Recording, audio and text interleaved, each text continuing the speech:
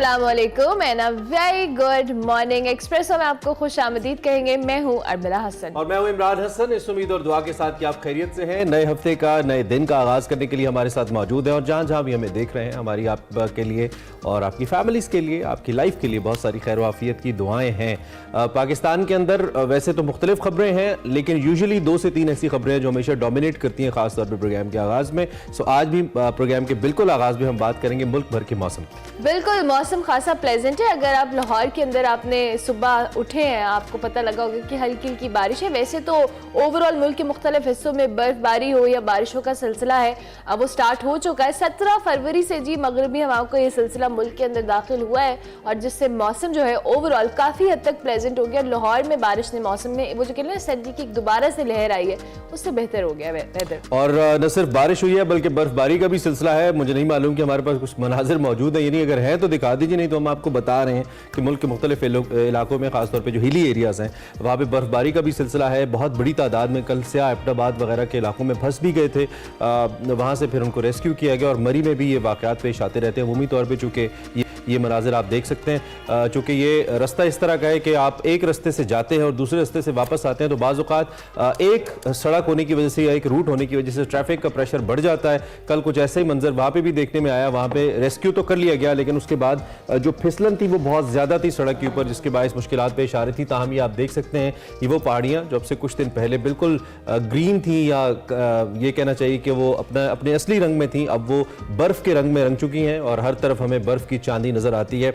इससे यकीनी तौर पे जो मुल्क का ओवरऑल मौसम है, ये टेम्परेचर, उसमें भी फ़र्क पड़ा है और ऐसा लगता है जैसे सर्दी जाके वापस लौट आई है। बिल्कुल, सर्दी जाके वापस लौट आई है। ये जो मनाजिर है, वैसे बंदे का दिल कर रहा होता है कि जाए यहाँ पे जाके एंजॉय करे, क्योंकि बर्फबारी ऑब्वियसली एक बड़े अच्छी ब्यूटीफुल किस्म की साइट होती है। तो ये मनाजिर हमने सोचा सुबह सुबह आपके साथ शेयर किए जाएं। लेकिन अगर आप ट्रैवल करने वाले हैं, जैसे इमरान ने कहा कि जो सड़कें हैं वो फिसलन हुई भी है वहाँ पे, तो आपने बहुत एहतियात से गाड़ी ड्राइव करनी है अगर आप इनकेस जा रहे हैं। लेकिन अवॉइड करें ऐसे वेदर के अंदर जाने से। लेकिन दो पाकिस्तानी है, दिल करता है बर्फबारी हो, जाके देखें इन इलाकों में। लेकिन स्टिल बी सेफ एवरीवन और वेदर को एंजॉय करें। जी बिल्कुल। और ये साथ आपको ये भी बता दें कि जो मनाजिर आप देख रहे हैं वादी नीलम के मनाजिर है, और इससे पहले जो मनाजिर आपको दिखाते हैं वो वादी कालाम के मनाजिर हैं। कालाम, मालम, जब्बा, नीलम, और फिर अभी मैं अपनी हेडलाइंस भी देख रहा था, उसमें भी हम आपको मुख्तलिफ जगहों का रंग खेल वगैरह के बारे में बता रहे थे कि वहाँ पर भी ज़बरदस्त किस्म का मौसम है। तो एंजॉय ज़रूर करें, बट बी केयरफुल। जो कि पाकिस्तान में हम इंजॉयमेंट के चक्कर में अपना नुकसान भी कर बैठते हैं ना, ये हमने नहीं करना है। दूसरी जानिब एक और एंटरटेनमेंट कहें, एंजॉयमेंट कहें, वो जारी है। That is Pakistan super league, जो कि इस वक्त लाहौर में जोरों शोर से जारी है। ज़बरदस्त मैचेस हो रहे हैं, हाई स्कोरिंग मैचेस हो रहे हैं और सरप्राइजिंग भी है कुछ हद तक। ये मेला भी ज़बरदस्त तरीके से जारी है। 9th एडिशन, हम नहीं थे तो आगाज़ हो गया था। हम उस दिन आपको बता के गए थे कि हफ्ते को इसका आगाज़ होगा और कज़ाफ़ी स्टेडियम में ज़बरदस्ती एक तकरीब हुई थी। मुझे ज़ाती तौर पर वो तकरीब बड़ी अच्छी लगी। कुछ लोगों ने एज यूजुअल उस पर भी तनकीद की, क्योंकि जो कुछ नहीं करता वो तनकीद करता है, तो लोगों ने ये सिलसिला जारी रखा। ताब इसमें अली ज़फ़र थे, आरिफ लोहार थे, आयमा बेग थी, तो इन लोगों ने बड़ा ज़बरदस्त परफॉर्म किया और यहाँ पे आतिशबाजी और ज़बरदस्त एक लेज़र शो का भी इनेकाद किया गया था ऑन सैटरडेज। बिल्कुल, नताशा बेग भी यहाँ पे थी, उन्होंने भी परफॉर्म किया। मुख्तलिफ जो लोग थे, इसके साथ लियो ट्विंस ने यहाँ पे परफॉर्म किया। PSL 9 में जी 6 टीम्स के दरमियान आपको पता है 2 मरहलों में मुश्तमिल 34 मैचेस खेले जाएंगे, जबकि इवेंट का जो फाइनल है 18 मार्च को कराची में खेला जाएगा। 2 के आगे रमज़ान होगा, रमज़ान के अंदर ये फाइनल खेला जाएगा जी। इफ्तिताई मैच में इस्लामाबाद यूनाइटेड ने लाहौर कलंदर्स को शिकस्त दे दी। लाहौर कलंदर्स ने पहले खेला और फिर वो 5 विकेटों पे सिर्फ 20 ओवर्स में जो 195 रन स्कोर कर सके और आखिरी 2 विकेटों के नुकसान पर इस्लामाबाद यूनाइटेड ने इसको पूरा कर लिया। दूसरे मैच में कोयटा ग्लैडिएटर्स और पेशावर ज़ल्मी आमने सामने थे और फिर जो तीसरा मैच मुल्तान में खेला गया उसमें मुल्तान सुल्तान्स और कराची किंग्स आमने सामने से। तो इस मैच पे, इन मैचेस के ऊपर और PSL के ऊपर हमने इन डिटेल आगे जाके बात जरूर करनी है। और आपको पता है कि PSL जब से स्टार्ट हुआ है हमने उसको भरपूर तरीके से अभी तक उसकी डिस्कशन नहीं की है, सो विल डिस्कस टुडे। लेकिन आपको पता है स्टार्ट में हम आपके साथ क्या बात करते हैं, देखते हैं आज की बड़ी खबर।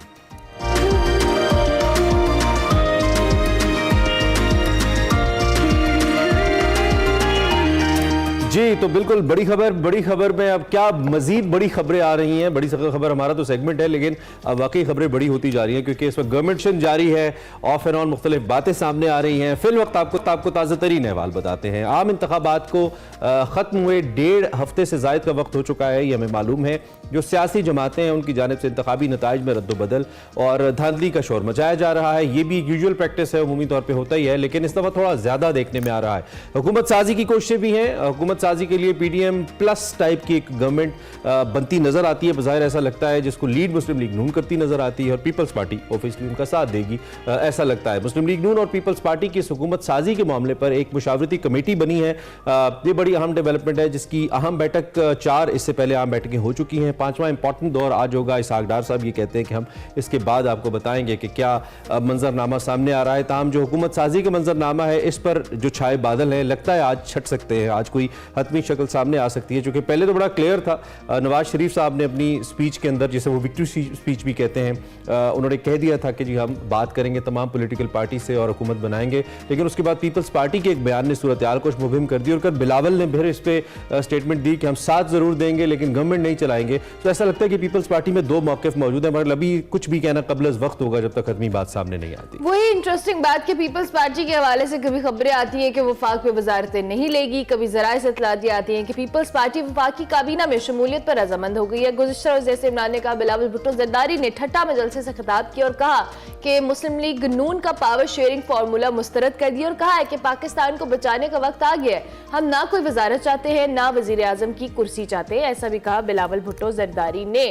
दूसरी जानिब उन्होंने कहा कि हम आवाम के मसाइल हल कर सके, हम सिर्फ ये चाहते हैं। मुझे कहा कि पहले 3 साल हमें दे दी और फिर 2 साल आप वजीर आजम बने, लेकिन मैंने मना कर दिया। हमें अपने लिए नहीं, मुल्क के लिए काम करना है। जो भी हुकूमत बनती है मैं आपकी आवाम की, उन्होंने कहा कि आवाज बनकर असेंबली में बैठूंगा। इस पर मुस्लिम लीग नून के जो सीनियर रहनुमा है सेनेटर इसहाक डार साहब, उन्होंने कहा दोनों जमातों की तश्कील करदा जो कोऑर्डिनेशन कमेटियों का कोई रुकन बातचीत के जारी अमल और इसमें ज़ेर गौर निकात पर बयानबाजी नहीं करेगा, ऐसा भी कहा उन्होंने। बिल्कुल, इसी हवाले से हमने बात भी करनी है और साथ ये जानने की कोशिश करेंगे कि कब तक ये सूरत हाल, जो मुबहिम सूरत हाल है, ये क्लियर हो सकती है। क्योंकि इस वक्त जो दोनों जमातें हैं वो बज़ाहिर तज़ब्ज़ुब का भी शिकार हैं और उसके साथ साथ मुझे तो लगता है कि थोड़े से रिलेक्टेंट भी हैं आगे आने में। हमारे साथ आमिर इलियास राना साहब मौजूद हैं, सीनियर साफ़ी हमारे ब्यूरो चीफ, उनसे हम बात करते हैं और उनसे ज़रा कुछ खबर लेने की कोशिश करते हैं। आमिर इलियास राना साहब, सुबह खैर। कल तो बड़ी बारिश बरसाई आपने इस्लामाबाद में, क्या आज भी है? पहले तो हमें ये बताइए।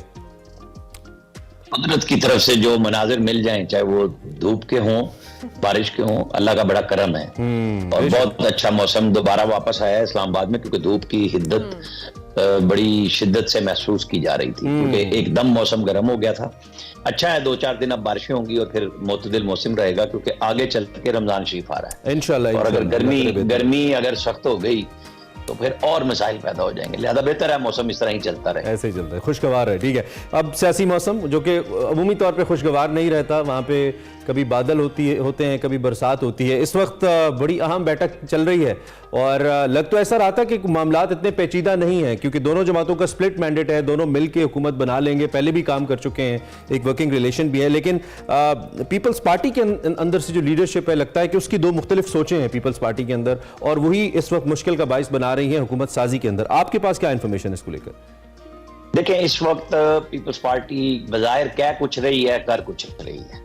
सिंपल सी बात है कि वो कह रहे हैं बिलावल के मुझे वजारत उज़्मा नहीं चाहिए, मुझे अवाम के लिए चाहिए। लेकिन क्या अवाम के लिए आसिफ अली जरदारी का सदर बनना जरूरी है? क्या अवाम के लिए चेयरमैन सेनेट और स्पीकर बनना पीपल्स पार्टी का जरूरी है? BISP का हेड बनना जरूरी है? PCB का हेड बनना जरूरी है? पंजाब में आधे जिलों में इंतजामिया इनकी मर्जी की होनी चाहिए, बलूचिस्तान में वजारत आला इन्हें मिलनी चाहिए। तो ये वो जरूरी चीजें हैं जो अवाम के लिए हैं और खास के लिए वो वफाकी वजारतें हैं जिन्हें वो ठुकरा रहे हैं और नून लीग उन्हें दे रही है। इतनी सी कहानी है, बिल्कुल बातचीत जारी है, हर चीज पे हो रही है निटिग्रिटी।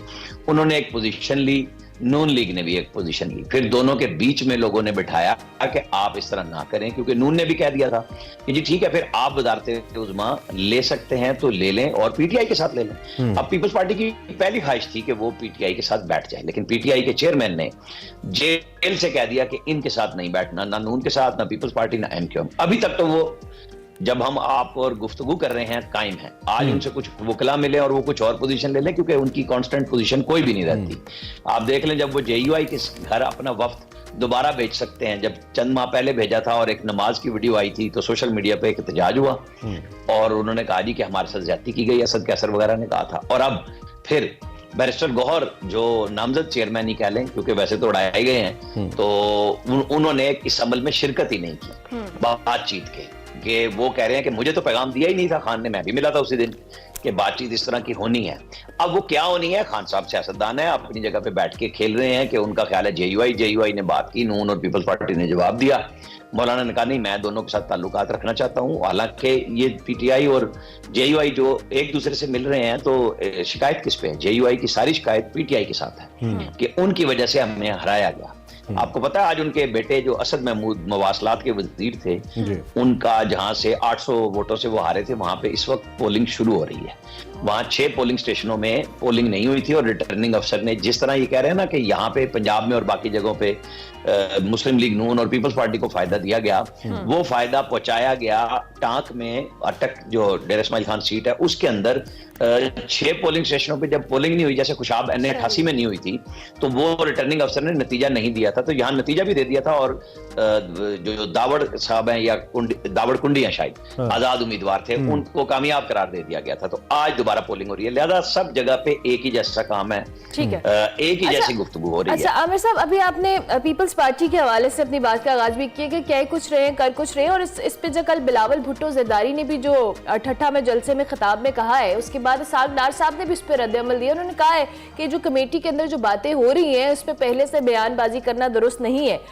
तो ये जो पीपल्स पार्टी जिस तरह से जो इंतजामी अमूर के हवाले से जिन सीट्स का मुतालबा कर रही है और जो काबीना बनाने के हवाले से बातें हो रही हैं, पीपल्स पार्टी तो इस सारे सिनेरियो के अंदर बहुत सेफ प्ले कर रही है, डोंट यू थिंक?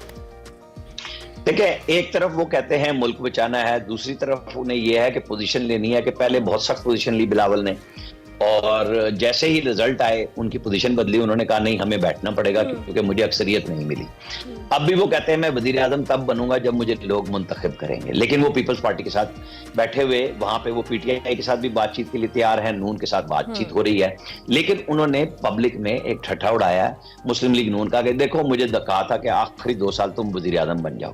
अब होता यह है कि ख्वाहिश तो उनकी थी ना, वो कह रहे थे कि इनको चौथी बार ना बनाओ और मुझे एक मौका दो। अब वो मौका तो नहीं मिला, लेकिन वो बयानात दे रहे हैं। लेकिन आमिर साहब, आपके राब्ते तो हैं खासतौर पे नून लीग की, अगर मैं बात करूं मरकजी क़यादत के साथ भी, तो आपके पास क्या खबर है, क्या वाकई ऐसी कोई सेटलमेंट थी कि 3 साल हम करेंगे 2 साल आप करें, ऐसी कोई बात हुई थी आपके? देखें मैं आपको बताऊं, मुख्तलिफ ऑप्शंस कमेटी में ज़ेरे गौर आ रहे हैं। कल मेरी फैसल कुंडी से भी बात हुई, मेरी कमर कायरा से भी बात हुई, मेरी PMLN के भी कई लीडरों से बातचीत हुई, और उसी के मैं जब बात कर रहा था और बिलावल भुट्टो का बयान आया तो तब इसाक डार को कहा गया कि आप इसका जवाब दें, लेकिन उन्होंने फिर भी बड़ा सॉफ्ट जवाब दिया। ये नहीं लिखा कि मैं बिलावल का जवाब दे रहा हूं, बल्कि उन्होंने लिखा कि इस पे बयानबाजी नहीं होनी चाहिए, ताकि कल को वो समझ रहे हैं कि वो बता रहे हैं कि हम अच्छा बच्चा बन के मेच्योरिटी दिखा के शायद इस मुल्क के अंदर यही उनके अच्छा बच्चा बनने में रिजल्ट में, यहाँ तो लोगों ने बड़कों को वोट दिए हैं, यहाँ पे तो नारों पे वोट दिए हैं, यहाँ कारकर्दगी पे तो वोट दिया ही नहीं। इस लिहाज से आप ये देख लें कि वो अपने हिसाब से चल रहे हैं। अभी भी उनकी कल मरियम औरंगजेब ने जो सेक्रेटरी इंफॉर्मेशन है, उन्होंने अपने सोशल मीडिया एक्टिविस्ट को नसीहत की कि नहीं आप लड़ने मत जाइए। ठीक है, अच्छा, लेकिन एक तासुर आमिर साहब बड़ा आम है, आपको भी बतौर साफी सुनने को मिलता होगा, और वो तासुर ये है कि जी कहीं बली का बकरा या कुर्बानी का बकरा, इस किस्म की टर्म्स नून लीग के लिए इस्तेमाल हो रही है। कल इरफान सिद्दीकी साहब को भी मैंने कहते सुना कि हम कोई कुर्बानी का बकरा बनने वाला तासुर नहीं देना चाहते, और देना चाहिए भी नहीं। उनकी सीट्स हैं, उनकी बहुत मेजोरिटी है as compared to other parties, जारी बात है उनकी सीट ज्यादा है, तो उसके बावजूद ये तासुर क्यों आ रहा है? और अगर अभी से हुकूमत का ये तासुर है, तो जब ऑलरेडी इतने चैलेंजेस हैं, इतने मुश्किल फैसले आगे करना बाकी हैं, तो फिर क्या समझे अवाम की जब हुकूमत फॉर्म हो जाएगी तो फिर एक कोऑपरेशन चलेगा? ये तो मुझे लगता है कि वही जो एक लड़ाई का सा माहौल है, पॉलिटिकल लड़ाई की मैं बात करूं, वो चलती रहेगी आगे, ऐसा लगता है। ये जब तक बयानबाजी चलती रहेगी, जब तक कमेटियों के फैसले बन के अप्रूव होके अनाउंस नहीं हो जाते, फिर ये सारे मिलजुल के हंसी खुशी रहेंगे। आप देखें कि रात एक प्रोपेगेंडा बड़ा टिका के हुआ लाहौर में कि जी जाली प्रिंटिंग हो रही थी बैलेट पेपर्स की, नवाज शरीफ के 15 के हल्के की, और जिसने की उसने अपना ट्वीट भी डिलीट कर दिया, क्योंकि उन्हें नहीं पता था कि वहां पे 30 कैंडिडेट की बजाय 15 कैंडिडेट थे। और जो बैलेट पेपर बनाया जा रहा था, जिसको शो किया जा रहा था कि ये नून कर रही है, वो सारे का सारा प्रोपेगेंडा करने वालों के गले पड़ गया।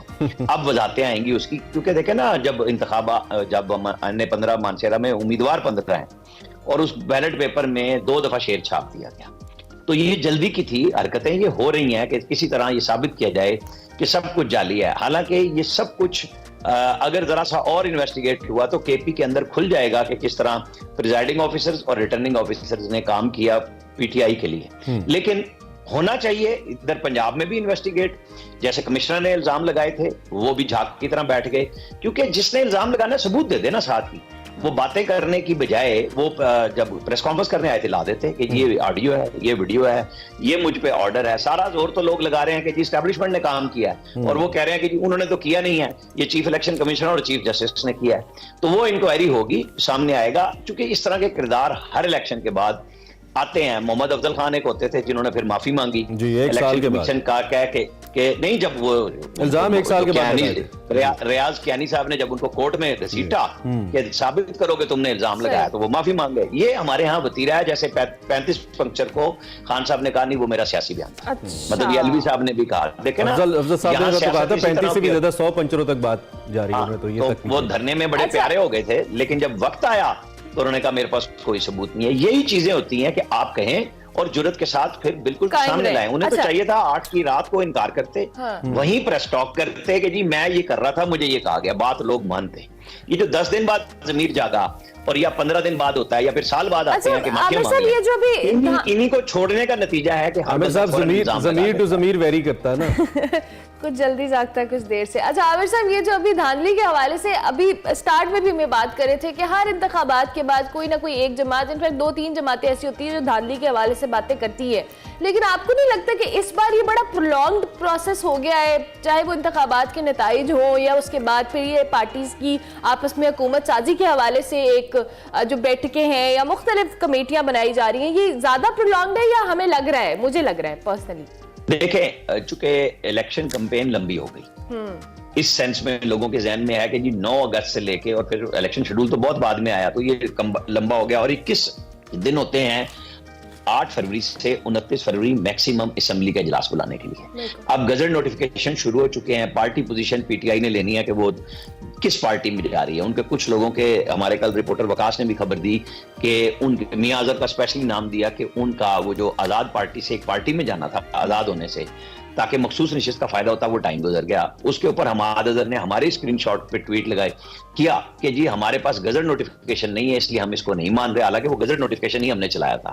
अब ये वो टेक्निकल इश्यूज है। एक तरफ हुकूमत साजी सूबों में हो रही है, तमाम पार्टियां, क्योंकि स्प्लिट मैंडेट है। पिछली दफा जब 2018 में हुकूमत बनाई गई तो एक पीटीआई की थी, और फिर पीटीआई को जो खान साहब ने खुद कहा कि मुझे तो ये सारे ला के दिए गए थे और मैं इसलिए इन सबको साथ ले गया। अब ये जो सियासी पार्टियां मुज़ाकरात भी कर रही हैं, किसी को पंजाब में बहुत हिस्सा चाहिए, किसी को बलूचिस्तान में चाहिए, किसी को केपी के अंदर, और केपी के अंदर जमात इस्लामी और पीटीआई की मोहब्बतें और नफरतें दोनों आपके और हमारे सामने आ चुकी हैं। वहां पे एमडब्ल्यूएम का नाम आया तो वहां से भी पीटीआई को पीछे हटना पड़ा बवजू। अब वो सुन्नी ताज कौंसिल की बात हो रही है, ये इश्यूज हैं, लेकिन चूंकि टाइम फ्रेम में मौजूद है कानून में फैक्टर भी ऐसा लगता है। अच्छा, लेकिन आमिर साहब आज खबर दें हमें, आज क्या होने जा रहा है? इसलिए नहीं बात कर रहा, मैं इसलिए बात नहीं कर रहा, मैंने कहा एक इशू है, मैं उसकी तरफ जाता ही नहीं कि हम क्यों गुफ्तगू करें। आई अंडरस्टैंड, ठीक है। इसलिए इशू ये है कि अब 29 है आखिरी तारीख, हाँ जी, मैक्सिमम इजलास बुलाने की, और उसके साथ आपको 2-3 चीजें जो आपका सवाल है कि धांधली का इल्जाम, शोर। मैं समझता हूँ पीटीआई, पीपल्स पार्टी, नून, जेयूआई, जितनी सियासी जमातों ने इलेक्शन लड़ा है, चाहे वो बलूचिस्तान के कौम परस्त है, अब हुकूमत साजी से पहले एक अकॉर्ड ये होना चाहिए कि जी 9 मार्च को हमारे आईएमएफ से मुज़ाकरात है। जैसे फेटफ पे हम एक बनने के लिए कोशिश की गई थी, आईएमएफ पे जाना है, लेकिन उस पे तमाम जमातें शर्त, मुल्क के वसी तर मफाद, बिल्कुल ठीक है। अच्छा, नहीं, एक शर्त ये होनी चाहिए कि अगर आपको माशी मफादात पाकिस्तान के अजीज हैं तो पाकिस्तान की इंतखाबी इस्लाहत, पाकिस्तान के अंदर इलेक्शन का प्रोसेस, आप उसके अंदर आईनी तरमीम करें, सारी पार्टी मिलकर बैठे महीनों में, ताकि कल को कोई इल्जाम ना लगाए। इंडिया के इलेक्शन कमीशन को आप अब एक सवाल ले लें, वहां जो खामी है वहां पे मिला के एक ऐसी आईनी तरमीम करें कि बल्दियाती इदारों के फंड्स भी ना कोई रोक सके, यहाँ इलेक्शन प्रोसेस हो, कोई निगरान हुकूमत ना हो, इलेक्शन कमीशन। अच्छा, अब ये बताइए, आज जो इंतहाई अहम ये सेशन है, कोई खबर हमें दें क्या क्या अपडेट्स हैं आपके पास? किसी रहनुमा से आपकी बात हुई हो? आज क्या होने जा रहा है? क्या अवाम इस इबामी सिचुएशन से आज निकल आएंगे या अभी इश्क इम्तिहान और भी हैं? देखें, कल जब मेरी कायरा साहब से बात हुई तो वो कह रहे थे कि मेक और ब्रेक, मैंने पूछा तो उन्होंने कहा नहीं, हम तो सिर्फ मेक की तरफ जाएंगे, क्योंकि कोई पार्टी भी ये मुतामिल नहीं हो सकती कि ये मुज़ाकरात ब्रेक हो जाए।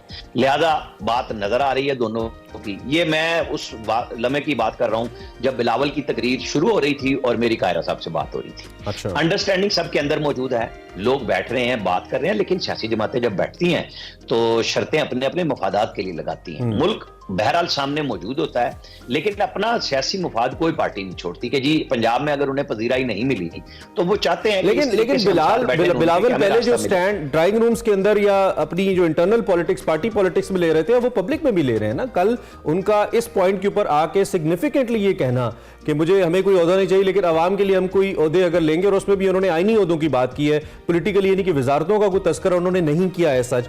तो इसका मतलब ये कि वो क्लियरली वो लाइन ले रहे हैं जो या फिर नून लीग जिस तरह से चाहती है कि अगर आप आए तो बराबरी की सतह पे आए, ताकि क्योंकि इससे पहले नून लीग ये चीज भुगत चुकी है ना। पीडीएम के अंदर अगर कोई फेस था तो वो शहबाज साहब थे, और फिर उसका नतीजा उन्होंने देखा है। तो नून लीग के लिए फिजिबल नहीं होगा। फिर क्या सेटलमेंट आप देख रहे हैं, क्योंकि पीपल्स पार्टी में क्लियरली दो आरा मौजूद है इस वक्त। आप पाकिस्तान की एस्टेब्लिशमेंट को बीच में से मत निकालें।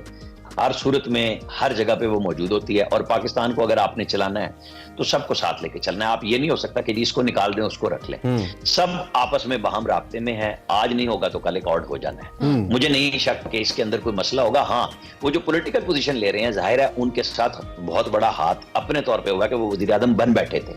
अब वजीर आजम छोड़ उनके पास कुछ ऐसी बातें नहीं है मौजूद, तो वो पब्लिक में ठट्ठा में जाके क्या कहें। उन्होंने जलसे में बात की है, वो करते रहेंगे अपनी एक पोजीशन। वो हो सकता है पिछली दफा वो वजीर खारजा के लिए मान गए थे, इस दफा बिल्कुल अपनी जात के लिए ना माने, लेकिन आगे चल के कैबिनेट में तो पीपल्स पार्टी को आना ही है। ये नहीं हो सकता कि आप सिर्फ आईनी पोजीशनें मांग लें और मीठा मीठा हप हप कड़वा कड़वा थू, ये नहीं होगा। ये मिला के जिम्मेदारियां लेनी पड़ेंगी, और ना नून लीग इस तरह का काम करेगी कि आपको पीछे हटने देगी। वो तमाम जमातें देखें, उन्हें पंजाब में किसी की जरूरत नहीं है, लेकिन वो काफी पीपल्स पार्टी जिन्होंने साथ दिया है उन्हें पंजाब में हिस्सा दे रहे हैं, क्योंकि मरकज में इनके साथ मिलकर चलना है। पंजाब में तो जरूरत नहीं है। असल जरूरत यह है कि पाकिस्तान के लोग, पाकिस्तान की सियासी जमातें पाकिस्तान के लोगों के लिए सोचें। और मैं आपको बताऊं, शायद आज रात कोई बड़ा फैसला हो जाए, वो इंतजामी तौर पे भी हो सकता है, वो नवाज शरीफ सियासी तौर पे भी। हम तो नवाज शरीफ साहब को एक मशवरा दे बैठे हैं इससे पहले कि कोई किताब लिखें जिसमें अपनी जिंदगी के तजुर्बात लिखें, जो नए आने वाले सियासतदान हैं, हम लोग जो सियासत पढ़ने वाले हैं, कुछ हमें उससे सीखने को मिले। कम से कम इस वक्त में वो ये तो कर ही सकते हैं।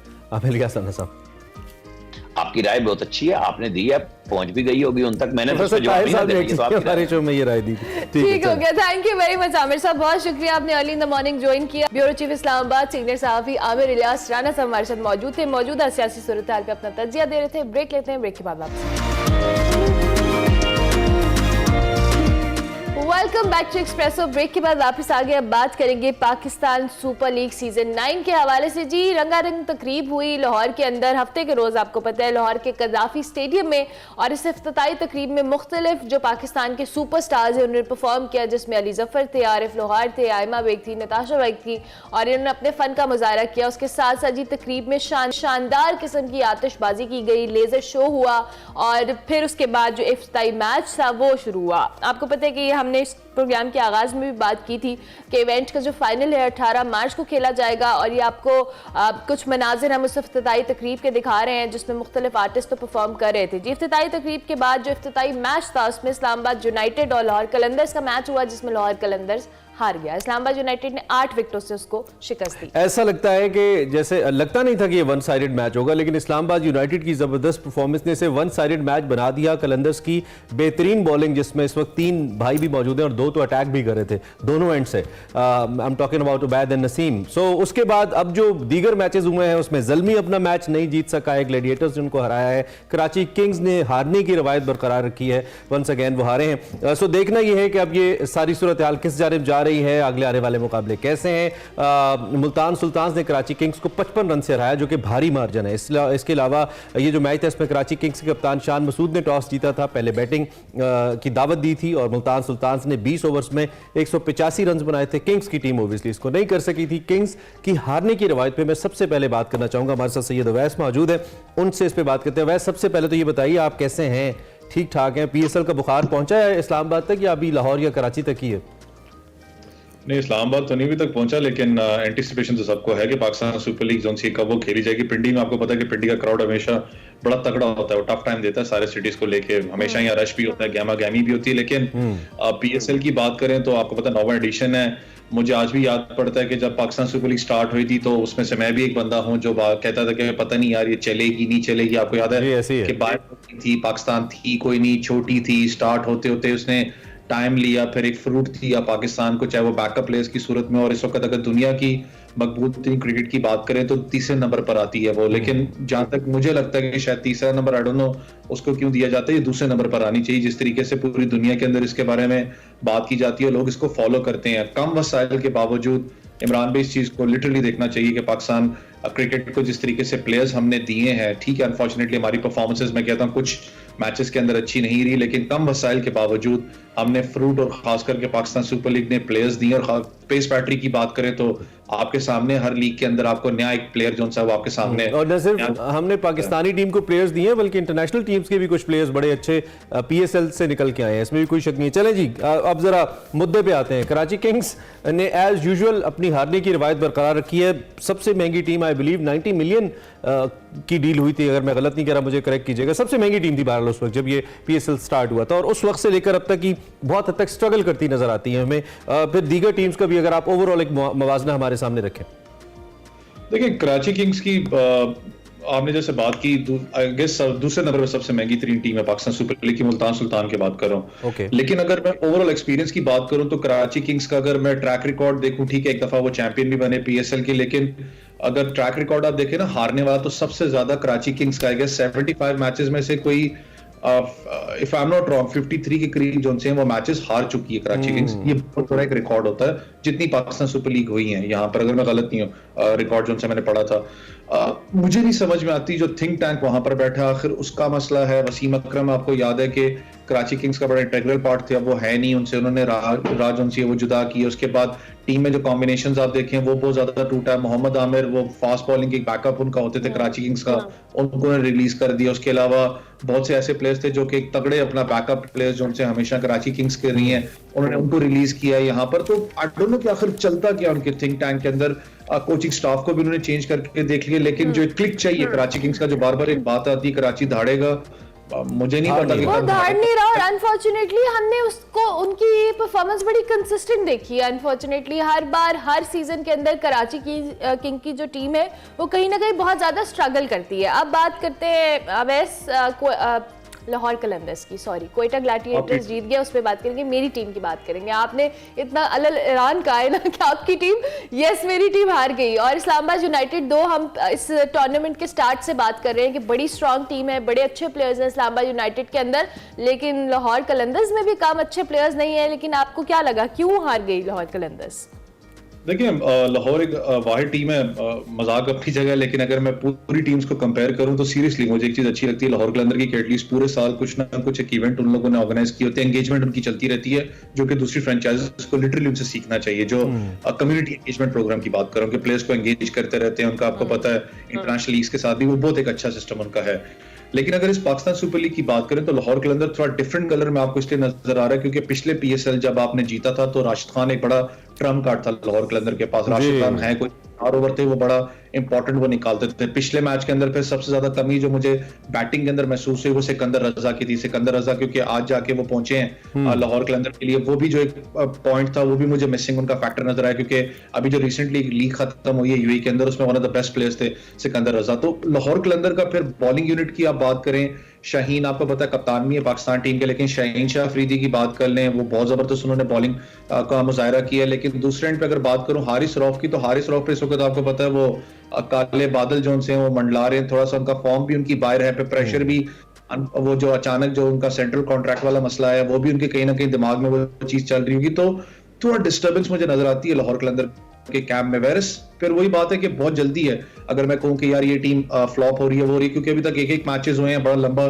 टूर्नामेंट इसका बाकी है। लेकिन आप दोनों इस चीज से एग्री करेंगे, टीम वो जीतेगी, याद रखिएगा, जो अपना कॉम्बिनेशन बरकरार रखे। जिसका कॉम्बिनेशन बीच में टूटेगा वो टीम डिस्टर्ब होगी। वेंडुसन की आप बात करें, उन्होंने बीच में छोड़ के चले जाना है लाहौर कलंदर को, वो बड़ा एक फिर गैप के बीच में है। क्योंकि मैं हमेशा इस बात में कहता हूं कि जो हर्शल गिब्स का रोल जो एक था ना साउथ अफ्रीका के लिए, वेंडुसन ने उसको कंप्लीट किया जिस तरीके का वो पूरा। इसके साथ ही हम यूनाइटेड की भी बात करते चले जाते हैं, जो कि यूनाइटेड के बारे में एज वी सेड कि हमें पता है कि अब उनका अच्छा स्ट्रांग कॉम्बिनेशन है। दूसरी जानब हमेशा से उनका एक वीक पॉइंट उनका बॉलिंग रहा है। सभी उनके कैप्टन भी रहे हैं पहले, लेकिन बॉलिंग के एंड से थोड़ा चैलेंजिंग रहा है। अभी ये तो नसीम वगैरह या शाह ब्रदर्स के आने के बाद ये किस हद तक आपको गैप फुलफिल होता नजर आता है? उसके अलावा जो कोच उन्होंने हेड कोच अपना तब्दील किया है, उससे आप कितना फर्क देख रहे हैं इस्लामाबाद यूनाइटेड के ऊपर? बड़ी अच्छी क्रिकेट खेली उन्होंने, बड़ी जबरदस्त, बड़ा कन्विंसिंग जीत थी उनकी। देखिए एक चीज तो इमरान में मुझे उससे अच्छी लगी थी कि शादाब खान का जो है ना एक वो ब्रेव डिसीजन होता है कि जब आप कप्तान जो है वो लीड फ्रॉम द फ्रंट करता है कि उसने नीचे आके बैटिंग की। आपको पता है कि जिस वक्त जरूरत थी लाहौर अपना इस्लामाबाद यूनाइटेड को, स्कोर बहुत अच्छा था जो आपने चेस करना था, आसान स्कोर नहीं था जो चेस किया इस्लामाबाद यूनाइटेड ने। लेकिन उनकी जो बैटिंग डेप्थ है वो बड़ी तगड़ी आपको नजर आती है। गुरबाज है नहीं लेकिन उनके पास मॉन्ड्रो है, एलेक्स हेल्स है, उसके अलावा आप बैटिंग देखें आजम खान मौजूद है, तो बड़ी लंबी उनकी बैटिंग ऑर्डर मौजूद है। बॉलिंग यूनिट में बात करूं तो नसीम शाह का पहला मैच था, नसीम शाह ने जो पहला एक ओवर करवाया वही नसीम शाह आपको नजर आया जो उनका आउट स्विंग इन स्विंग है साहिबजादा फरहान को, लेकिन आपको क्रेडिट देना पड़ेगा जिस तरीके से वो खेल रहा था, बहुत अच्छा खेला। तो वो एक अलग चीज थी। लेकिन एक नसीम शाह ने जो एक फैक्टर जो है वो आपको नजर आता है। लेकिन दूसरे एंड पे अगर बात करूं तो बॉलिंग यूनिट में ठीक है, शाह ब्रदर्स हैं, अंडर 19 भी वो खेल के आए हैं, लेकिन एक्सपीरियंस की कमी आपको नजर आती थी। पहले अगर आपने देखा उनकी जो पहली बॉल थी फखर जमान को जो पैड्स पे लगी है वो बेसिकली यॉर्कर नहीं थी, उन्होंने मुझे नहीं पता कि फुल लेंथ कराने की कोशिश की तो फुल टॉस की थी वो, लेकिन कि वो शायद एक अभी एक्सपीरियंस नहीं है इस चीज के लिए, तो टाइम लगेगा उनको। पेस है 144 तक उन्हें कल टच किया, लेकिन आपको रेगुलर इंटरवल्स पे बॉलर चाहिए जो विकेट ले सके। नसीम शाह का रोल था पाकिस्तान टीम में भी आपको याद है, पहले वो आके प्रेशर कंटेन करता था, शहीन वहां से आउट करते थे, नसीम शाह भी यहां से आउट करते थे। दूसरे एंड पे जो हंटिंग इन पेयर की जब बात आती तो आपको लाहौर कलंदर को वो जो लिंक है वो कहीं ना कहीं मिसिंग, और इसी वजह से शायद इतना अच्छा बॉलिंग अटैक होने के बावजूद भी 195 बन गए।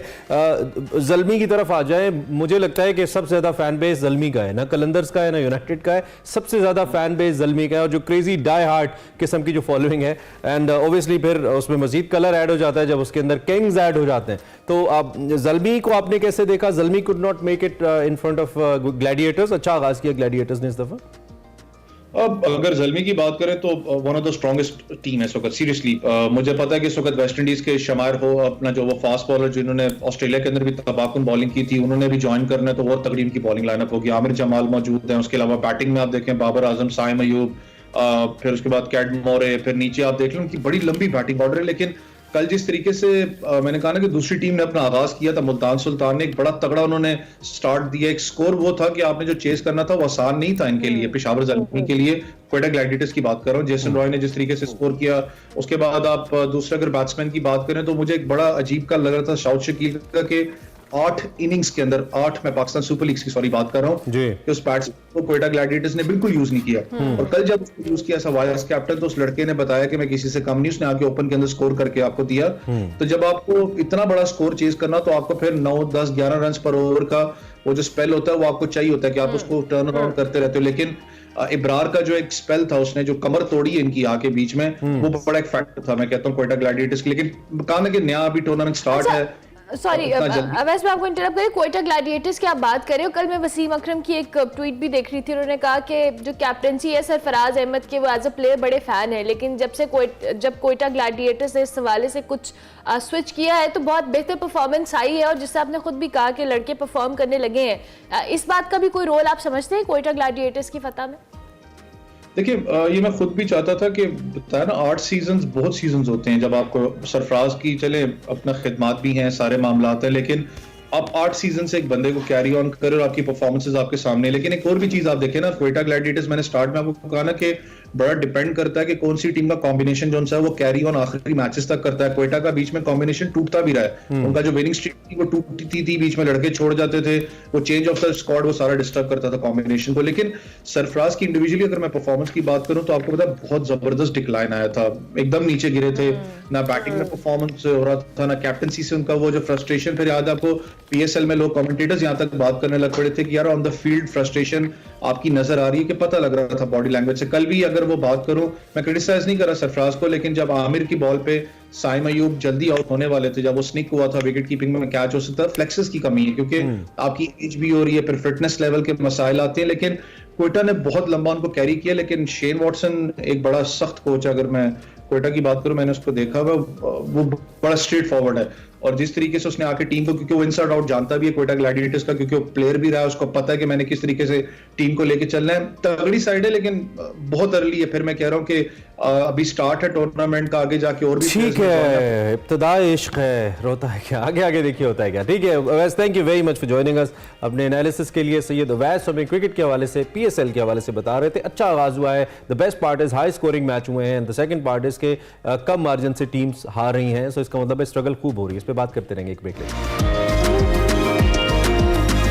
Welcome back to Expresso. हमने आगाज में भी मौसम के हवाले से बात की थी। अभी हमें इस वक्त ताज़ा तरीन सूरत हाल जो पता लगी है कि इस्लामाबाद में बहुत ज़ोर शोर से बारिश हो रही है, लेकिन ओवरऑल मुल्क के अंदर भी मगरबी हवाओं का सिलसिला 17 फरवरी को मुल्क के मगरबी हिस्सों में दाखिल हुआ है, जिससे मुल्क के जो बेशतर बालाई और वस्ती इलाके हैं वो अपनी लपेट में इस सिलसिले ने लिया है, जिससे बालाई इलाकों में बर्फबारी का सिलसिला जो है 21 फरवरी तक जारी रहेगा। बिल्कुल जी, और इस्लामाबाद के शहरियों को एक तो बड़ी मुबारकबाद, एंजॉय करें अच्छे से इस दिन को गुजारे। वैसे it's Monday since it's first working day, so बड़ा मुश्किल हो जाता है छुट्टियों के बाद आप एकदम से अच्छे मौसम वाले दिन काम करने पे जाएं। आई नो कि बहुत सारे लोग नहीं जाना चाहेंगे, आज बिस्तर छोड़ने का दिल नहीं करता है इतने अच्छे मौसम में, but still you have to go. लेकिन बेस्ट पार्ट है इसके आपको पोल्यूशन और इस तरह का जो एटमॉस्फेयर है उससे आपको आज़ादी रहेगी। और आप सरदार सरफराज साहब हमारे साथ मौजूद हैं, उनसे हम बात कर लेते हैं। सरदार साहब बहुत शुक्रिया कि आपने हमें ज्वाइन किया। मुल्क के अंदर जो मौसम की सूरत हाल है इस पर हम थोड़ा सी तो बात कर रहे थे, लेकिन आप हमें तफसीलात से आगाह कीजिएगा कि ये जो मगरबी इलाकों में सिलसिला दाखिल हुआ है 17 फरवरी से, कब तक बारिशें रहेंगी? अभी इस्लामाबाद में तो बारिश हो रही है, लाहौर में भी आज सुबह हुई है। जी बहुत शुक्रिया। देखिए ये अगले दो से तीन दिन तक का स्पेल है मजीद। ये कल अच्छी बारिश हुई है केपी के बेशतर इलाकों में 50-60 मिलीमीटर के आसपास, और इसी तरह से पंजाब में भी कहीं हल्की कहीं दरमियानी बारिश हुई है, और उधर गिलगित बल्तिस्तान में भी हुई है, कश्मीर में भी अच्छी तेज़ बारिश हुई है, मुजफ्फराबाद रावलाकोट वगैरह से रिपोर्ट्स आई हैं। और इसके साथ साथ स्नोफॉल भी अच्छी हुई है सवात के जो इलाके हैं कालाम और मालम जब्बा जहाँ से रिपोर्ट्स आती हैं। इसी तरह से गिलगित बल्तिस्तान की तरफ भी हल्की फुल्की स्नोफॉल हुई है, और ज़ियारत में भी हल्की सी स्नोफॉल हुई है, और बलूचिस्तान के भी कुछ एरियाज़ में कोयटा और ज़ोब वगैरह में बारिश भी हुई है। तो ये स्पेल जो है आज का दिन भी है, आज अच्छी दोबारा से तेज़ बारिश मुतवक्की है केपी के कुछ इलाकों में, और शुमाली पंजाब के जो शुमाली इलाका जाते हैं अटक हो गया, और उसके साथ जो खिता कोटफार है उन एरियाज़ में इस्लामाबाद समेत वहाँ पे अच्छा तेज़ स्पेल हो सकता है। और ये रहेगा परसों सुबह तक, 21 की सुबह तक ये सिलसिला चलता रहेगा इसी तरह वक्फे से, और बेशतर इलाकों में अच्छी तेज़ बारिश है और पहाड़ों पर अच्छी बर्फबारी है। ठीक है, बहुत शुक्रिया आपका सरदार सरफराज साहब, हमें ताज़ा तरीन सूरत हाल से आगाह कर रहे थे। अभी ये सिलसिला 1-2 दिन दिखता है, खासतौर पर पटवार रीजन के अंदर। एक ब्रेक लेते हैं, ब्रेक के बाद ज्वाइन करते हैं। Welcome back to Expresso. Program के दूसरे हिस्से में आपको खुश आमदीद कहेंगे। अब आपको दिखाएंगे हमारा सेगमेंट माइंड मैटर्स, जिसमें वकार अहमद मलिक और डॉक्टर कंवर खालिद बात कर रहे हैं कूड़ी बाग की तारीख के ऊपर। देखते हैं क्या बात हो रही है। अस्सलाम वालेकुम नाज़रीन, मैं हूं वकार अहमद और आप देख रहे हैं माइंड मैटर्स। बात करेंगे लाहौर पर, लाहौर की तारीख पर, लाहौर की तारीख और शोहरत के बहुत सारे हवाले हैं। उसमें से एक हवाला कूड़ी बाग है, और पंजाब और फ्रांस के तल्लुकात और महाराजा रंजीत सिंह, और इन तमाम जो मौज़ूआत हैं इस पर बात करने के लिए प्रोफेसर डॉक्टर कंवर खालिद से बेहतर मेहमान कौन हो सकता है। बहुत शुक्रिया डॉक्टर साहब, आपने वक्त निकाला। थोड़ा सा बताइएगा इस कूड़ी बाग के बारे में, और इसकी पूरी जो तारीख है और फिर किस तरह इसकी डेवलपमेंट होती है। ये एक बड़ा दिलचस्प लाहौर की तारीख़ का पहलू है, और ये जो तारीख़ है ये बहुत सारी इसकी डायमेंशंस हैं जिनसे ये जुड़ी हुई है, जिसमें कि पहला नाम तो पंजाब। दूसरा नाम फ्रांस, ठीक है, तीसरा महाराजा रंजीत सिंह। ठीक है। ये इन तीन को जब हम कंबाइन करते हैं तो जैसा कि आप जानते हैं कि महाराजा रंजीत सिंह का जो एक एरा है लाहौर के पंजाब के हवाले से, उसके ऊपर मेन स्ट्रीम में बहुत बात नहीं होती, लेकिन इस दौर में जो जो कंट्रीब्यूशंस हुए और जो जो कुछ हुआ वो अपने तौर पे एक बड़ा एक शानदार ख़जाना है जिसको हमें एक्सप्लोर करने की ज़रूरत है। महाराजा रंजीत सिंह के दौर में एक बड़ा दिलचस्प जो एक उस अहद में एक काम हुआ कि इनके दरबार में ना सिर्फ ये कि हिंदू, मुसलमान, सिख और लोकल जितने भी लोग थे वो इन्वॉल्व थे, लेकिन उन्होंने फॉरेनर्स को जो है बहुत ज़्यादा इनकरेज किया और उन फॉरेनर्स में जो प्राइमरी जिसको एक कहते हैं ना इम्पोर्टेंस दी गई वो फ्रांस के लोगों की थी। अच्छा, वो फ्रांस में इस तरह कि महाराजा रंजीत सिंह जो है जब लाहौर को फतह करते हैं और अपना तख्त जो है यहाँ इस्टेब्लिश करते हैं तो ही वॉज इनटू मैनी कॉन्क्वेस्ट्स। तो जो फतूहात हैं तो फतूहात के लिए बुनियाद होती है आपकी फ़ौज जी, ठीक। और उस फौज के हवाले से महाराजा की बहुत सारी जो थी ना एक समझे कि एम्बिशंस थे, ख्वाब थे, उन्होंने बड़ी एक इफ़ेक्टिव फौज को लेके चले हैं, लेकिन उसको मज़ीद इफ़ेक्टिव करने के लिए उन्होंने बड़े एलिमेंट्स ऐड किए। उनमें एक एलिमेंट जो है जब नेपोलियन का जब आखिरी वक्त है तो नेपोलियन की जब वाटरलू की शिकस्त के बाद वहाँ पे बहुत सारे फ्रेंच जनरल्स थे जो कि जिनको खौफ था कि ज़ाहिरी बात है हार गए थे और उनको सजाएं दी मिलनी थी, तो उनमें से एक जो है जनरल अलार्ड, वो फ्रांस से निकलते हैं और उस दौर में ये मशहूर था कि जो एम्प्लॉयमेंट है, जो नौकरियां हैं वो इस खित्ते में मौजूद हैं।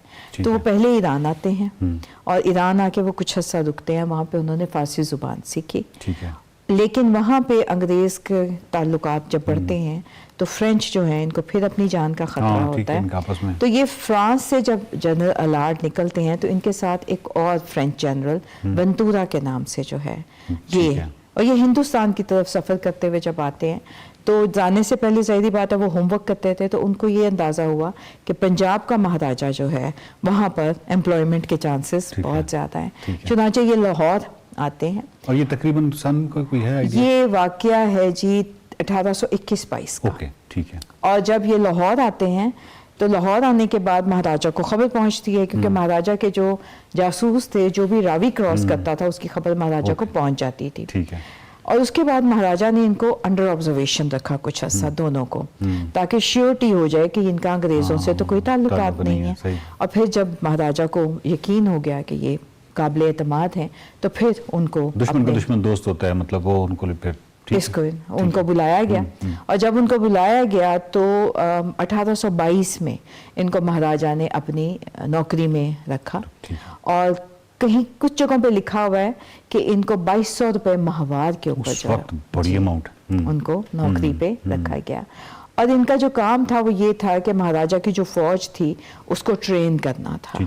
चुनाचे जनरल अलार्ड ने और वेंतूरा ने मिलके इनको ट्रेन करना शुरू कर दिया। अब बड़ी दिलचस्प बात आपको मैं फिर बताऊं कि फिर हमारा हवाला आ गया अनारकली के मकबरे के साथ। और वो ये हवाला है कि जब जनरल अलार्ड जो है जब यहाँ पर आके लाहौर में आबाद होते हैं तो महाराजा ये नहीं चाहता था कि ये अंदरून शहर में रहें, क्योंकि अभी भी उसकी रिजर्वेशंस थी, तो इनको रिहाइश के लिए अनारकली का मकबरा दे दिया गया। अच्छा। चुनाचे ये अपनी फैमिलीज के साथ वहाँ रहना शुरू हुए। और जो उस टूम के इर्द गिर्द जो बागात थे उन बागात को फौज की परेड ग्राउंड के तौर पे इस्तेमाल होनी शुरू हुई और वहाँ से आपकी अनारकली छावनी का आगाज होता है। बल्कि आपने एक सेगमेंट बताया था कि ये पैलेसेस जो हैं हमारे ज़हन में सिर्फ कद्दू खाल होता है कि सिर्फ फोर्ट था, फोर्ट नहीं था बल्कि मुख्तलिफ जगहों पे थे और इस जगह पे पैलेसेस थे और पैलेसेस के आगे बहुत बड़े गार्डन्स थे।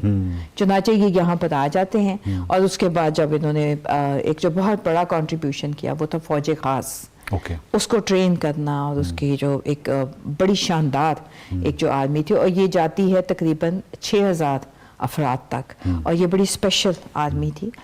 तो वहाँ पे रहते हुए कहा जाता है कि जब वो उस मकबरे में मुकीम था अलार्ड, तो उसने उसके सनट ऑफ की कहीं पे कहते हैं कि कोई उससे बेहुरमती हुई या कुछ ऐसा हुआ। जनरल अलार्ड की एक बड़ी फेवरेट उसकी बेटी थी मैरी शार्लेट। तो उसकी उन्हीं दिनों में बड़ी यंग एज में डेथ हो जाती है।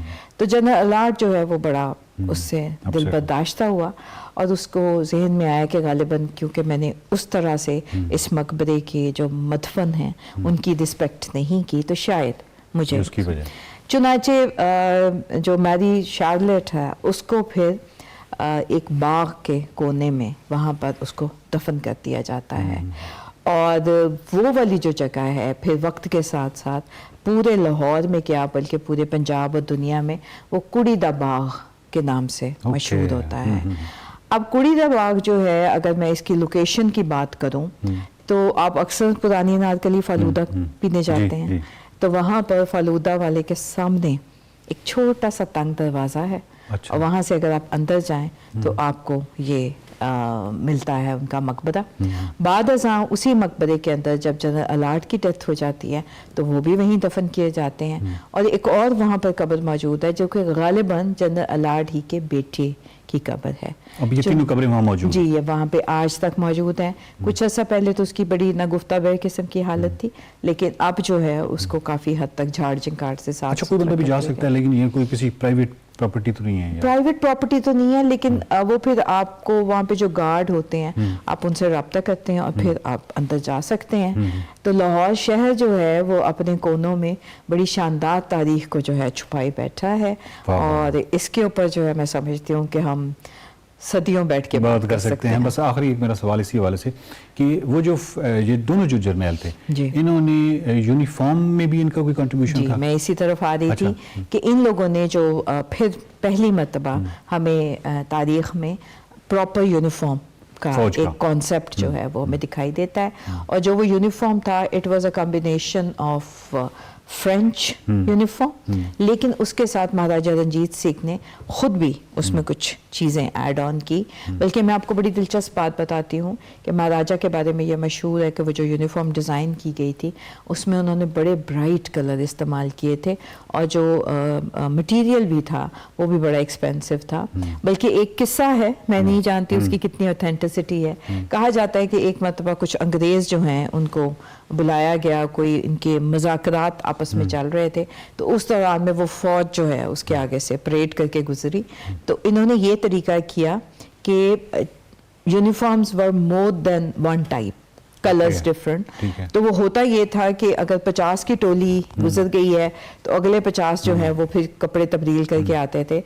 और इन्होंने ये किया कि एक ही ग्रुप्स को 3 या 4 को उनको बार बार वो गुजारते रहे लिबास तब्दील कर करके। और वो जो अंग्रेज वहां पर बैठे हुए थे तो उनके तो मैं कहती हूँ कि हवास माख्ता हो गए कि महाराजा रंजीत सिंह की जो है कितनी बड़ी फौज है। और ये चंद बड़े दिलचस्प किस्म के मैं कहती हूँ पहलू हैं जिससे कि आपको पता चलता है कि अगर कोई हुक्मरान या कोई आगे जाके हुकूमत कर रहा है तो ऐसे ही जो लाहौर में जो प्राइवेट बैंड्स हैं और उसके ये वर्दी उनके साथ मिलती है कुछ हद सिमिलर? जी कुछ हद तक मिलती है। प्राइवेट बैंड्स की जो वर्दी है मैं समझती हूँ कि इस पे मेरी बहुत एक ऑब्जर्वेशन में शेयर कर रही हूँ कि आर्मी बैंड्स की जो वर्दी है उसको गालिबन इन्होंने कॉपी करने की कोशिश की हुई है क्योंकि आर्मी बैंड्स जो थे उनको बड़ा ग्लैमरस समझा जाता था और लोग उनके साथ बहुत ज़्यादा जो है बड़ी एक स्टेटस की बात होती थी।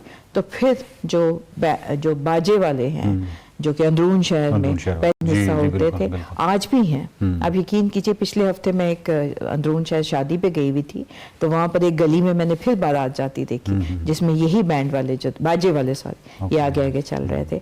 तो मेरा ख्याल है कि उसकी इंस्पिरेशन जो है वो आर्मी बैंड से फिर उन्होंने उसमें चेंज करके और आज भी वही वाली यूनिफॉर्म पहनी जाती है। बहुत शुक्रिया डॉक्टर साहबा। नाज़रीन बात यह है कि जो दास्तान गोई है इसकी अपनी एक तारीख है और इस खित्ते में जो कैसा कैसा दास्तान गो था और दास्तान गोई के लिए ख़ास किस्म की महारत चाहिए होती है, एक रब्त चाहिए होता है और फिर जिस तरह कहानी बुनी जाती है और फिर अगर मौजू लाहौर हो तो फिर क्या ही कमाल हो जाता है। और डॉक्टर साहबा की ये एक बड़ी कमाल खसूसियत है कि दास्तान गोई पे इनको महारत है लेकिन उसके साथ इनकी जो ऑब्जेक्टिव एनालिसिस हैं जो तारीख के हवाले से वो भी बहुत कमाल हैं जो कि आपको फैक्ट्स के करीब रखते हैं। देखते रहिए Mind Matters. Welcome back to Expresso. Since it's the start of this week तो हम कोशिश करते हैं ऑफ एंड ऑन कि मुख्तलिफ आर्टिस्ट से आपकी मुलाकात कराते रहे, आपको म्यूज़िक सुनाते रहे। आज चूँकि मंडे है तो आज भी हमारे साथ एक ब्रांड न्यू सिंगर मौजूद है। हमारे लिए वो नए हैं, बहुत सारे लोगों के लिए नए होंगे, नई आवाज़ें। एक्सप्रेसो टैलेंट के अंदर शामिर शाजिल आज हमें ज्वाइन कर रहे हैं। इनका ताल्लुक गुजरात से है, बड़ा ज़बरदस्त गाते हैं, प्लेबैक काइंड ऑफ वॉइस है इनकी, और इनके साथ गिटार्स के ऊपर शरोज ने ज्वाइन किया है। आप दोनों का बहुत शुक्रिया, आप तशरीफ लाए। कैसे हैं आप लोग? ठीक ठाक हैं अल्हम्दुलिल्लाह। कैसा रहा ट्रैवल? सुबह सुबह आना कैसा था? बहुत जल्दी आना पड़ा है ना? बहुत जल्दी उठना पड़ा और रास्तों में बहुत कंफ्यूजन थी। अच्छा, यहाँ पे आने तक ना? बस वो हमने थोड़ा आप सा अभी गुजरात से डायरेक्टली आ रहे हैं? हाँ, directly आ रहे हैं। इंटरेस्टिंग। तो how was it? I mean सुबह सुबह उठना और फिर अपने म्यूजिक को लेकर आना। इंटरेस्टिंग था बहुत ज्यादा। अभी तो बड़ा एम्बिशियस दौर चल रहा है ना आपका, ख्वाब हो। कितनी एज है आपकी अभी वैसे? मेरी 23। 23, क्वाइट यंग।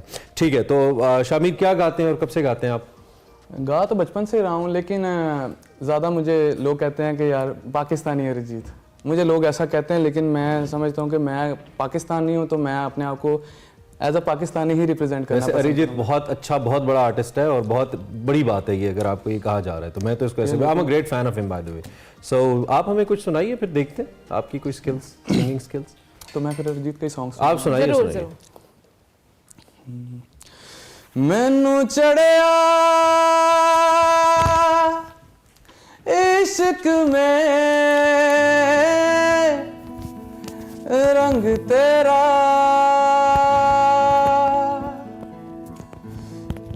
एक हो गया रंग मेरा, अंग तेरा, सब मिलया जग मिलया, माही मैनू संग तेरा,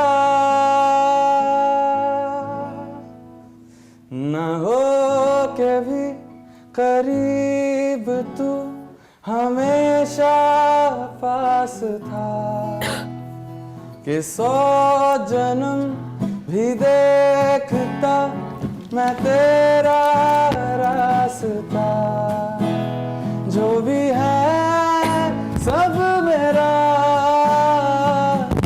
तेरे हवाले कर दिया, जिस्म का हर रुआ तेरे हवाले कर दिया।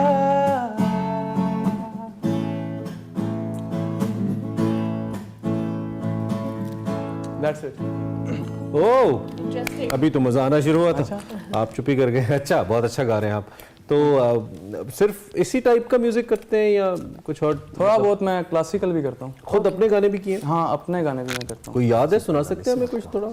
Bye the way it's unreleased variant. Unreleased ओह वाह, आप वो सुनाएंगे हमें? हाँ, हुँ चले, सुनाऊंगा। जबरदस्त। आने वाला, चलो पहले सुनो। चोरी हो गया तो हमें ना कहना फिर आप। नहीं, चोरी किसने करना? जब मैं गा दूंगा इधर। Don't say that, you never know. चले सुनाइए।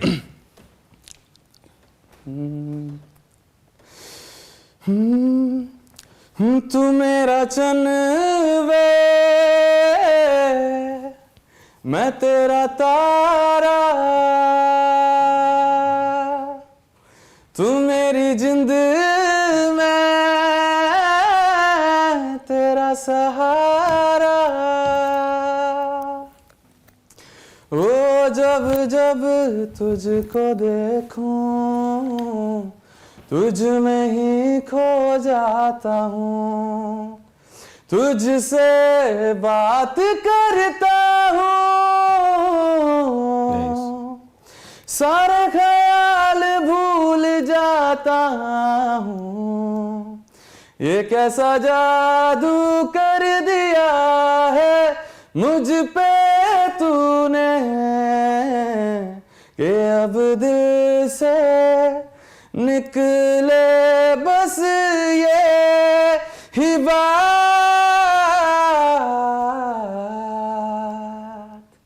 ओ ना जावी छड़ के तेनू ही वास्ता, ना तोड़ी दिल मेरा मेरे यारा। जबरदस्त जबरदस्त। तो ये कब रिलीज करने वाले हैं आप गाना? ये ईद पे। ईद के ऊपर? यार बहुत अरे वाह, खूबसूरत बहुत गाना। अच्छा। अब ये बताएं कि पाकिस्तानी सिंगर्स में कौन ज्यादा जिसको आप सुनते हैं या पसंद करते हैं? The one and only Atif Aslam. Atif Aslam, मैंने सुना आप उसके बहुत बड़े फैन हैं आतिफ के। बहुत ज़्यादा। कभी मिले हैं आप? हाँ, दुबई में। दुबई में मिले दुबई हुए? में, बस मैं छोटा था, काफ़ी ज़्यादा था। अच्छा, जबरदस्त। तो आतिफ का कोई गाना अगर आप सुना सके हमें?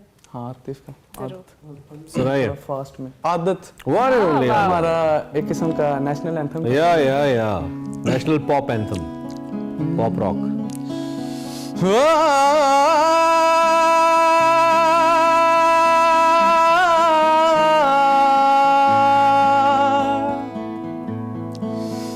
न जाने कब से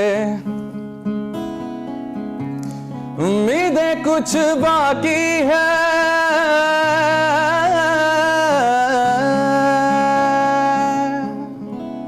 मुझे फिर भी तेरी याद क्यों आती है, न जाने कब से।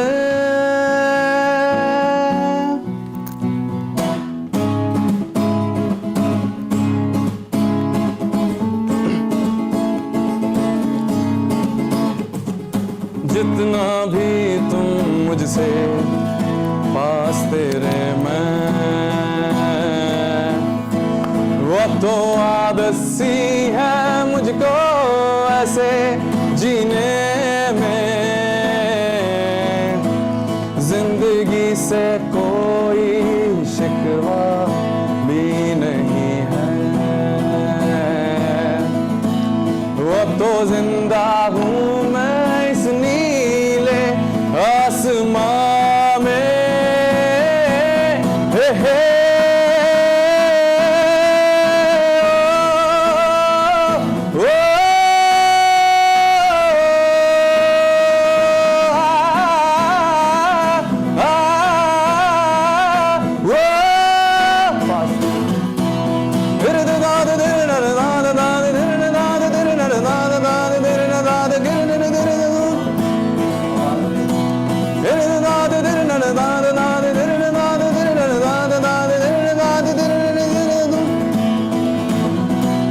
ओ, ओ,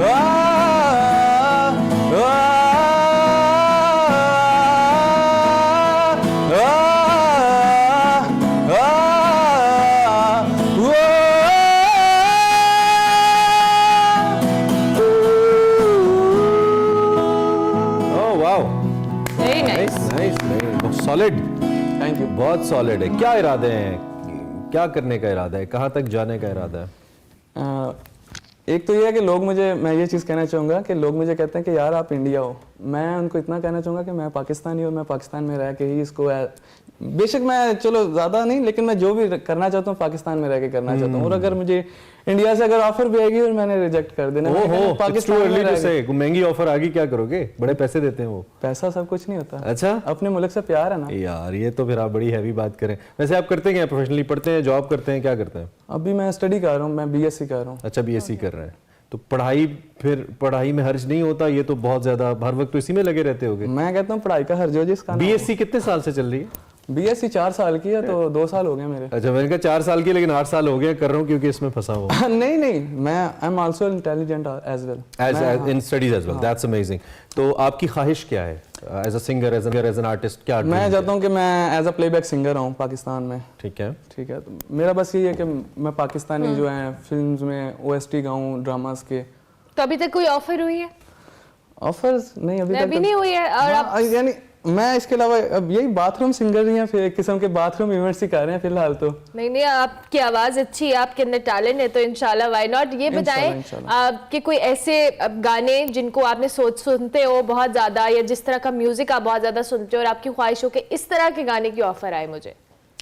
मैं बेसिकली, मुझे लोग कहते हैं आपकी वॉइस में ना सैड सॉन्ग ज़्यादा पसंद है, आपकी आवाज़ में दर्द है, लेकिन मैं समझता हूँ मुझे ज़्यादा पर्सनली रोमांटिक सॉन्ग ज़्यादा पसंद है। हैवंट यू हर्ड दैट तेरा मेरा है प्यार? आजकल तो हर कोई वो गाना चाहता है वैसा। अगर मैंने गा दिया तो ये फिर, क्योंकि मेरे ना अक्सर मैंने टिकटॉक पे वीडियो पोस्ट किया था, तो मुझे लिरिक्स उसके ठीक आते नहीं है, तो लोग कहते हैं वॉइस हैवी है, लेकिन यार लिरिक्स याद कर लिया करो। अच्छा, बिल्कुल नहीं आते? नहीं, थोड़े बहुत तो आते हैं। थोड़ा सा सुनाए जरा हमें। चलिए आपका प्लेबैक टेस्ट लेते हैं हम। ये ना वो तमाम म्यूजिक नहीं, प्रोड्यूसर्स कोई बात ओएसटी के लिए हमारे पास एक मुंडा मौजूद है, चेक कर लें जरा। चले थोड़ा सा सुनाए हमें, 2 लाइनें सुनाए। और इसके लिरिक्स थोड़े आगे पीछे, लेकिन आप पहले से माजरत कर रहे हाँ हैं। मैं पहले से कह रहा हूँ। ठीक है। नूरे जहां नूरे मुकद्दर दोनों जुड़े तुझसे पिया, पागल या जो भी कहो तुम, ना ना ना ना, मेरी मोहब्बत का हर लम्हा वाह वाह। तुझ में ही खोसा गया, ना मैं हूँ आशिक ना मैं दीवाना, कह दो मुझे जो भी तेरा मेरा है प्यार, तू चाहे तो कदमों में सर रख दो। इतना ही आता था। Very nice. जो भी ऐसे इतना गलत ही आपने गाया, आपने काफी तो हद तक सही लिरिसिस्ट गाया जो है। भी है इसके उनसे माजरत के साथ आपका गाना इतना अच्छा है और मुझे इतनी खुशी होती है कि पाकिस्तानी गाना इतना बड़ा, इतना लोगों ने सुना, इतना बड़ा हुआ है, इंटरनेशनली भी जो उर्दू सुनने वाले हैं वो सुन रहे हैं। सो सर जी हमारे पास है 2-3 मिनट और। सबसे पहले आप ऐसे करें कि अपने देखने वालों को जिन्होंने पहली दफा आपको देखा है, आपके दोस्त भी देख रहे होंगे, फैमिली भी देख रही होगी, कोई मैसेज या नए देखने वाले आपकी आवाज़ लोगों को आई एम टेलिंग यू अच्छी लगी है, उनको कुछ कहें, फिर आपसे आखिर में गाना सुनते हैं। अच्छा, उनको यही कहूँगा कि आल्सो थैंक यू यार, आप इतना सपोर्ट मुझे कर रहे हो टिकटॉक पे भी, ठीक है। तो मज़ीद जो लोग नए हैं, तो यानी मेरा नाम शामिर शाज़ल है, इसी नाम से मैं आपको सारे प्लेटफॉर्म्स पे मिल जाऊंगा, सोशल मीडिया पे, सोशल मीडिया पे, टिकटॉक होगा, कोई भी प्लेटफॉर्म है, तो कीप सपोर्टिंग। और लास्ट में मैं चले गाइस, हमारे पास 2 मिनट से 2 मिनट पूरे करने हैं। हाँ 2 मिनट पूरे 2 मिनट ऊपर हो जाएंगे, लेकिन कम नहीं होंगे। होंगे, बस ठीक है, ये होना चाहिए। चेक चेक स्टार्ट कर। हया को जरा भूल जा, तेरे जज्बातों में, तेरी ही यादों में, तेरी ही बाहों में खोया हूँ। हया को जरा भूल जा, तो फिर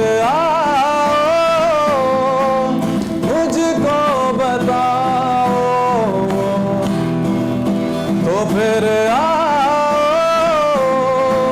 मुझको सताओ, ओ अभी जाओ, अभी जाओ, अभी जाओ, अभी जाओ,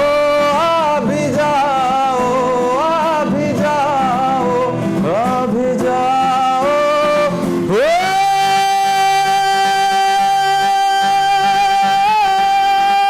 अभी जाओ,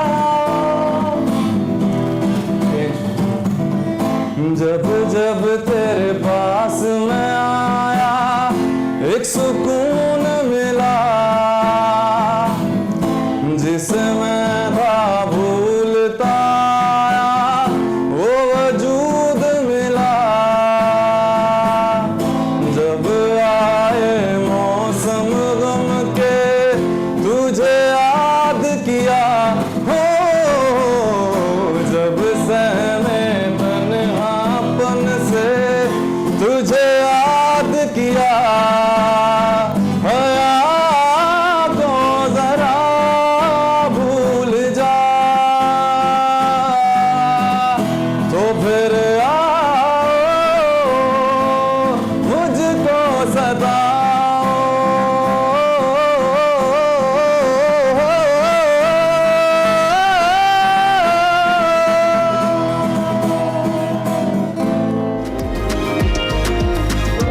बैक टू एक्सप्रेसो प्रोग्राम का बिल्कुल आखिरी हिस्सा है और आज चूंकि मंडे का दिन है तो हमने सोचा कि सुबह सुबह आपको एक्सरसाइज करवाई जाए और उसके लिए फैसल हमें ज्वाइन करें। फैसल कैसे हैं आप? ठीक है, बिल्कुल ठीक, थैंक यू वेरी मच। तो आज मंडे को हमारा जो सेशन होगा वो होगा लेग्स का वर्कआउट हमने रखा हुआ है।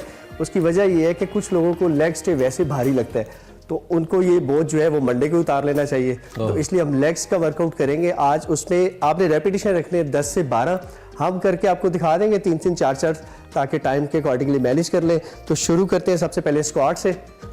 आप पोजीशन ले लें अब बिल्कुल ऑल द वे आप जाएंगे डाउन 2 3।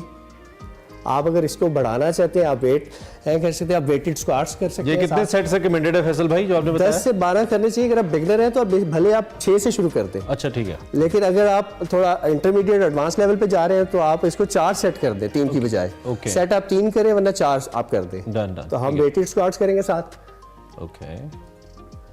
बिल्कुल बैक को इसमें लाजमी आपने इंश्योर करना है कि लॉक रही है, इसीलिए लोग थोड़ा लेग्स की वर्कआउट से भी अवॉइड करते हैं। अच्छा एक और चीज बताऊं आपको, लेग्स का जब वर्कआउट हो तो आप मस्ट एंड पे स्ट्रेच भी करें, ठीक है, ताकि आपके मसल्स रिलैक्स हो, अगले दिन के लिए आपकी मोटिवेशन भी बनी रहे। किसी दिन बल्कि आप ये स्ट्रेचिंग भी हमें बताइए कि जी स्ट्रेचिंग में बिल्कुल, क्या स्ट्रेचिंग एक सेशन रख लेंगे। That's very nice. अच्छा इसका मॉडिफाई वर्जन भी है स्क्वाट्स का, आप इसको और इंटेंस करना चाहे अगर तो। ओके। वैसे लेग्स डे तो वैसे बड़ा इंटेंस होता है, अब और इंटेंस बताएंगे तो क्या ही होगा। ओए ये होए। कुछ लोग एडवांस पे भी है ना, हाँ, ये तो उनको तो ये हल्का लगता है फिर घर में भी, ठीक है। तो आप इसको जंपिंग के साथ स्क्वाट्स ऐड करते जाए। नेक्स्ट हमारी मूव होगी, और इसमें बेसिकली फोकस एरिया कौन सा है आपका? हमारा इस पूरी सेशन में इनर, आउटर, हैमस्ट्रिंग और काफ ये सब कवर करेंगे। ऑलराइट, ठीक है। नेक्स्ट। अच्छा ये हमारे इनर के लिए है। ठीक है। आप ये इसकी पोजीशन देखिए, वाइड कर लेंगे लेग्स को और डाउन, ये हमारा इनर साइड सारी टारगेट हो जाएगी। 2 3 4। फिर नेक्स्ट हम करेंगे लंजेस, स्प्लिट लंजेस करेंगे। अब बिल्कुल स्ट्रेट रहेंगे। लोग जो मिस्टेक क्या कर जाते हैं वो ये आगे फेंक देते हैं बॉडी को। अच्छा। आपने बिल्कुल इसको स्ट्रेट रखना है। ओके। ये आपका एंगल रहेगा, ना कि ये नहीं रहेगा। ओके। ये 2। आप इसको वेट भी बढ़ा सकते हैं इसके साथ। वेट बढ़ाना आप अपनी इंटेंसिटी के अकॉर्डिंगली 1 2 3 4। ये लंजेस करें, इसी तरह आप स्प्लिट कर लें दूसरी साइड पे भी। 1 2 2 3। अच्छा इसके बाद जो जरूरी है, आपको काफ को मिस नहीं करना चाहिए। ये ऐसा मसला है कि अक्सर स्किप कर देते हैं हम लोग, तो उसके लिए देखें फुल ऊपर स्ट्रेच, ये मूवमेंट अगर 20 सेकंड्स फैसल भाई। ओके। 3। ये वेट उठा के भी आप इसको एक्सटेंड ओके। कर और सकते इसमें हैं। फोकस एरिया कौन सा है आपका ये जो कर रहे हैं? ये हमारा काफ वाला एरिया ओके, फोकस होगा, ठीक तो है। इसको स्किप नहीं करना। एंड जब आप लेग्स कर लें तो काफ को भी मस्ट करें आप। ठीक है। एंड पे भी जो स्ट्रेच है वो किसी दिन आपसे फिर सेशन रख लेंगे। Done deal. Thank you very much Faisal, बहुत शुक्रिया। Thank you very much. Faisal हमारे साथ मौजूद थे, आई होप आपको फायदा हुआ होगा। इससे पहले कि हम प्रोग्राम खत्म करें, सऊदी अरब के हवाले से एक बड़ी इंटरेस्टिंग स्टोरी है। ऑफ एंड ऑन आपको बताते रहते हैं। सऊदी अरब में एक तो कुछ इलाकों में सब्जा बड़ा आ गया है भाई, और अभी तबूक रीजन है यहाँ का। हमें इससे ओवैसी इस्लामी के लिए ग़ज़वा तबूक याद आती है। यकीन तौर पर वही इलाका है ये। तबूक रीजन का जो पहाड़ी इलाका है, इसमें बर्फबारी जारी है, और ये मनाजिर आप देखें, मुख्तलिफ जो अरबी शहरी हैं वहाँ पर निकल आए, उन्होंने इसको एंजॉय भी किया। इससे मौसम एक तो इस तबूक रीजन में शदीद सर्द हो गया है, और जो पहाड़ी सिलसिला है यहाँ पे हर तरफ सफेदी हमें बिखरी नजर आती है। बिल्कुल खूबसूरत मनाजिर देखने के लिए मुल्की और गैर मुल्की सयाहों की बड़ी तादाद ने इन इलाकों का रुख किया है, जहाँ वो मौसम से लुत्फानंदोज होते हैं आपको नजर भी आ रहे हैं। दारुल हुकूमत रियाद समेत जो मुख्तलिफ इलाके हैं वहाँ भी सर्द हवाओं के बाइस सर्दी में इजाफा हुआ है, और ये जो विजुअल्स हैं इसमें आपको मुख्तलिफ लोग नजर आ रहे हैं, और ये बड़ी इंटरेस्टिंग बात है। ऑब्वियसली पहले हमने सब्जे का जहाँ जिक्र किया, वहाँ पे बर्फबारी होना इटसेल्फ एक अच्छा चेंज तो कह सकते हैं, लेकिन for a climate change it's alarming as well कि क्यों हो रहा है। बहरहाल चलें जी, अच्छे मनाजिर हैं, और आप भी अगर मौसम एंजॉय करने जा रहे हैं तो ध्यान से जाइएगा। गाड़ी और अपनी फैमिली सब आप उसके लिहाज से जाइएगा कि आपको कोई चैलेंज पेश ना हो। इस पॉइंट के प्रोग्राम खत्म करते हैं, आपसे मुलाकात करेंगे इंशाल्लाह कल। Have a very good day. अल्लाह हाफिज़।